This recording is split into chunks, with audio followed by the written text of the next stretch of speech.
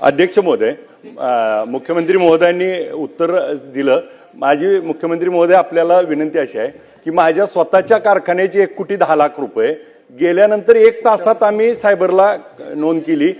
FIR 2 तासात झाली।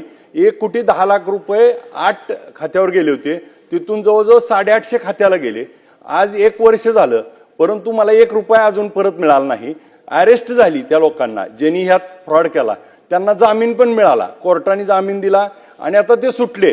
पण माझे अजून 27 लाख रुपये त्या ठिकाणी होल्ड झालेत आणि त्याची तक्रार देऊन सगळं गोल्डन आवर मध्ये आज 1 वर्ष झालं साहेब व्याज बँकेला भरतोय आणि त्याचे पैसे मिळत नाहीत।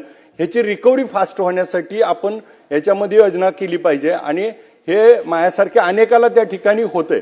गोल्डन आवर 1 तासात साहेब तक्रार होऊन देखील आणि एक विधिमंडळात सदस्य असताना जर ही अवस्था असेल तर सामान्यांना याबद्दल शंका येते। आणि हे जे आरोपी आहेत हे राजरोज आज त्या ठिकाणी फिरतायत, त्यांची केसेस रिओपन करून यांना पुन्हा आज जेलबंद केल्याशिवाय ह्या वसुली होणार नाहीत आणि जोपर्यंत पैसे वसूल होत नाहीत तोपर्यंत जामीन होणार नाही। असे जर आपण कायद्यामध्ये काही सुधारणा केली तर ही लोक त्या ठिकाणी सुटणार नाही, नाहीतर जामीन घेतात, पुराव्याअभावी लगेच जामीन होऊन ते सुटतायत। अध्यक्ष महोदय, सन्माननीय सदस्यांनी सांगितलं त्या संदर्भात महत्त्वाचं अवेअरनेस आहे। आता जसं तुमची केस मला पूर्ण माहिती नाही, पण साधारण या केसेस अशा होतात की तुमच्या अकाउंटंटला कोणीतरी फोन करतं, तो सांगतं की साहेबांनी तात्काळ इतके पैसे जमा करायला सांगितलेले आहेत। अकाउंटंट व्हेरीफाय करत नाही, तो त्या अकाउंटला पैसे करतो आणि तिथनं मग वेगवेगळ्या अकाउंटला ते पैसे जातात, इतक्या अकाउंटला जातात आणि देशभरात चालले जातात आणि मग तिकडनं विदेशात चालले जातात। आता जर तुम्ही सांगितलं की 2 तासात 850 अकाउंटला गेले, त्याच्या पलीकडे आता माझ्याकडे तुमच्या केसची माहित नाही, त्याच्या पलीकडे अजून 1600 अकाउंटला परदेशात गेले असतील।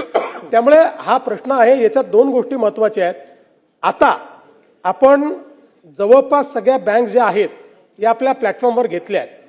आतापर्यंत त्या नसल्यामुळे एकेकाला आपण कळवत आणि त्यांनी होल्ड करतपर्यंत त्या बँकेतनं दुसऱ्या बँकेत गेलेला असायचा।